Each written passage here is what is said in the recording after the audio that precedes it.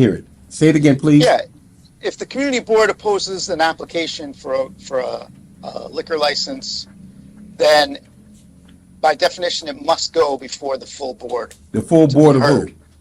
The full board of the State Liquor Authority. So if the community board opposes a license, our comments go to you, no matter what if the precincts say they're good with it? Well, I'm not talking about the overnight permits now. I'm talking about regular applications. I'm talking about regular applications. Sure, it doesn't matter what the police say. If the community board says, if the community board says no, then it must go before our full board. Okay. So and at that, okay, and that is those meetings are every 3 weeks, and that is the agenda is put up 2 weeks ahead of time, and when it is, we are looking for community input at that point. We want to hear from the community, and it's basically like a trial. I mean, it's in front of our three board members, and the applicant has a chance to speak after and only after the community has a chance to speak, and the community can then advocate for exactly what it is that they're looking for from that applicant. Thank you. The next question that we have, so thank you, Mr. Stoller. The next question we have, so we were understanding that the police department is the authority that's supposed to be monitoring those who get these New Year's Day permits. Is that correct? SLA is not monitoring, the community board doesn't have to monitor. It's the actual police department that monitors. We enforce the ABC law, the alcohol beverage control law. That is our purview. That is what we enforce, and it's up to us to enforce that. But everything outside of that, it's up to the police. Okay. So that's the questions we have for these New Year's Eve, New Year's Day permits. The next... And basic licensing, but he said that what he just answered about go before the full board didn't have to do with the New Year's. It had to do with, you said the other question you answered about the full board was nothing to do with New Year's or Christmas. That's the general licensing that we have opposed to it. If we oppose it, that has to go before the full board, right? It must, correct. Okay, that's more than New Year's. That's any license. Mm-hmm. So the next question that we have is, who's eligible to, or how does the transfer of licensing, what's the process for transferring a license? So who's eligible to transfer their license? Sure, a license is like a driver's license. You can't give somebody your driver's license. So you can't sell your driver's license to somebody. So it's the same with a liquor license. A liquor license is tied to a person and it's tied to a place.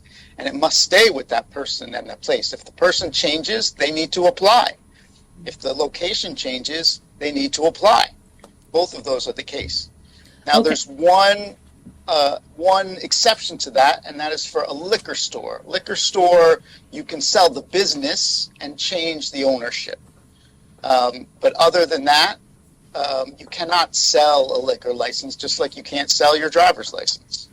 Okay, so if I have ABC restaurant and I liquor license, a year later I decide to close down that and move across town and open up DEF restaurant. Yeah. Can I transfer? DEF will need to be licensed. Okay, got you. And that's called, the person who buys ABC does not inherit my license. Absolutely not. Okay, thank you. Anybody else have any questions about that? It's pretty straightforward. It's pretty straightforward, right? So since there is some time, I did have some other questions. So what happens to renewals that arrive after expiration, like that after the 30 days? Right. So I'm going to tell you a couple things about renewals. The first, just to answer your question directly, if a renewal is after expiration, that is a violation of the ABC law, and they're usually fined for that. They usually get a fine for that because that is a pretty clear violation, number one. Number two, and this is something that is, again, like your driver's license, when you get your driver's license renewed, it's a pretty quick process, and you don't have to take your test again. And it's similar with renewals. Renewals are not a big point where, you know, the community board can make go before the full board again. That doesn't happen with the renewals. Right. Renewals are pretty much rubber stamped if the licensee is behaving properly. Okay.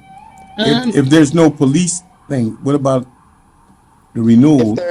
If there's community opposition and many complaints, things like that, police problems, then it can certainly be taken up and considered. But, you know, I would say, so we have about, in New York City, we have about 30,000 licensees, and every 2 years, they're all renewed, right? So we're looking at about 15,000 renewals per year. Gotcha. We just don't have the capacity to, you know, really take an eye on every single one in the same Gotcha. way that we do for new liquor licenses. Gotcha. That's understandable. Is there, so as far as the community board, we don't have to have a rush meeting for this. They've already been in renewals, no. violation. No, I wouldn't. No, especially because there's just not a lot of weight at that time for renewals. There's not a lot of action in renewals, you know? Okay. So, in fact, I would suggest to you to, you know, handle them pretty quickly, just as far as not to waste your time, Okay. you know, spending a long time deliberating on them, because they're, you know, like I said, they go pretty quickly for us as well. You know, we have 22 license examiners in Zone 1, and we're looking at 15,000 renewals a year. So you can imagine how much time we have to spend on each one. Okay. No, the question was, again, is like, do we have to rush because they're late? No, absolutely not. Okay. Okay,